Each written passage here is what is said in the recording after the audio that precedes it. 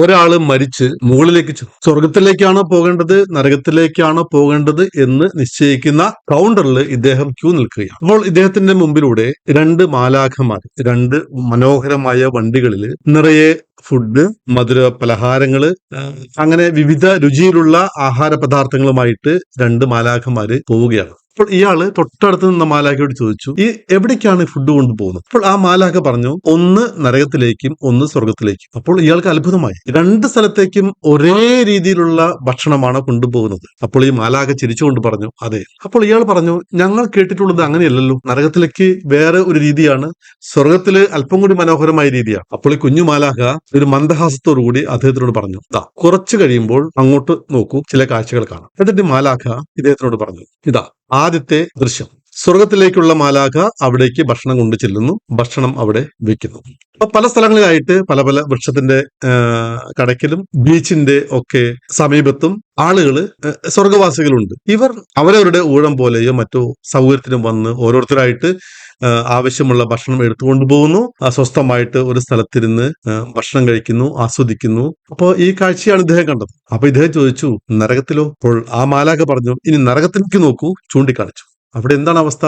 ഭക്ഷണം കൊണ്ട് ഈ മാലാഖ അവിടെ ചെല്ലുന്നു, വാതിൽ തുറന്ന്, നരകത്തിന്റെ വാതിൽ തുറന്ന് അകത്തേക്ക് ഈ ഭക്ഷണത്തിന്റെ വണ്ടി കടന്നതും അതിനകത്തുള്ള മുഴുവൻ ആളുകളും ഓടി വന്ന് എനിക്ക് ആദ്യം പറഞ്ഞ് തിക്കി തിരക്കി കൂട്ടുന്നു, അങ്ങോട്ടും ഇങ്ങോട്ടും അടിക്കുന്നു, ചിലർ കൈയിട്ട് വരുന്നു, ഭക്ഷണ പാത്രങ്ങൾ തട്ടിത്തെറിപ്പിക്കുന്നു. അങ്ങനെ ആർക്കും ലഭിക്കാതെ ആ ഭക്ഷണം മുഴുവനും ചിന്നിച്ചിതറി അവിടെ കിടക്കുന്നു. അതിലെല്ലാം ആളുകൾ ചവിട്ടിക്കൂട്ടുന്നു. ചില ആളുകൾ താഴെ കിടന്ന ഭക്ഷണം എടുത്ത് കഴിക്കാൻ ശ്രമിക്കുമ്പോൾ അവരുടെ കയ്യിൽ നിന്നും തട്ടിപ്പറിച്ച് വേറെ ആളുകൾ ഓടുന്നു. അങ്ങനെ ഒരു കലാപമായ അന്തരീക്ഷം.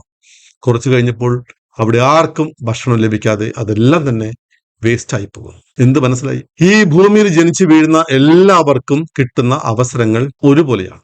ദൈവം എല്ലാവർക്കും ഒരേ അവസരങ്ങളാണ് കൊടുക്കുന്നത്. ഭൂമിയിലെ എല്ലാ മനുഷ്യർക്കും എല്ലാ കുടുംബങ്ങൾക്കും ഒരേ അവസരമാണ് ലഭിക്കുന്നത്. എന്നാൽ ചില കുടുംബങ്ങൾ അത് നരകതുല്യമാക്കി മാറ്റുന്നു. ചില കുടുംബങ്ങൾ ക്ഷമയോടെ, സ്നേഹത്തോടെ, സഹനത്തോടെ കാത്തിരുന്ന് അതിനെ സ്വർഗമാക്കി മാറ്റുന്നു. നമ്മുടെ ഭൂമിയിലെ ഈ ജീവിതം സ്വർഗമാക്കണോ നരകമാക്കണോ എന്ന് തീരുമാനിക്കേണ്ടത് നമ്മളാണ്. സ്വർഗവും നരകവും ഈ ഭൂമിയിൽ തന്നെയാണ്. നിങ്ങളും ഒന്ന് ഓർത്തു നോക്കൂ. പലപ്പോഴും ക്ഷമയില്ലാതെ പരസ്പരം വഴക്ക് കൂടിയതിന് ഫലമായിട്ട് എത്രയോ നല്ല അവസരങ്ങൾ നമ്മൾ കളഞ്ഞു കുളിച്ചിട്ടുണ്ട്. നമുക്കും നമ്മുടെ കുടുംബത്തിനും ലഭിക്കേണ്ടിയിരുന്ന എത്രയോ മനോഹരമായിട്ടുള്ള സൗഭാഗ്യങ്ങള് നമ്മൾ തട്ടിത്തെറിപ്പിച്ചിട്ടുണ്ട്. എത്രയോ പ്രാവശ്യം കുടുംബത്തിലെ സമാധാന അന്തരീക്ഷം നമ്മുടെ ക്ഷമയില്ലായ്മ മൂലം നമ്മൾ നശിപ്പിച്ച് നരക തുല്യമാക്കിയിട്ടുണ്ട്. നമ്മുടെ മനസ്സും നമ്മുടെ കുടുംബവും സ്വർഗമാക്കാൻ ലഭിക്കുന്ന ധാരാളം അവസരങ്ങൾ നമുക്ക് ഉണ്ട്. അതിനെ സ്വർഗമാക്കണോ നരകമാക്കണോ എന്നുള്ള ചോയ്സ് നമ്മുടെ കയ്യിലാണ്. ഒന്ന് അവലോകനം ചെയ്തു നോക്കൂ. എത്രയോ അവസരങ്ങൾ നമ്മൾ നഷ്ടപ്പെടുത്തിയിട്ടുണ്ട്. ഇനിയും ധാരാളം അവസരങ്ങൾ വരുമ്പോൾ ഓർക്കുക, ഈ അവസരത്തെ സ്വർഗമാക്കണോ നരകമാക്കണോ നമ്മുടെ കയ്യിലാണ്, നമ്മുടെ കുടുംബാംഗങ്ങളുടെ കയ്യിലാണ്.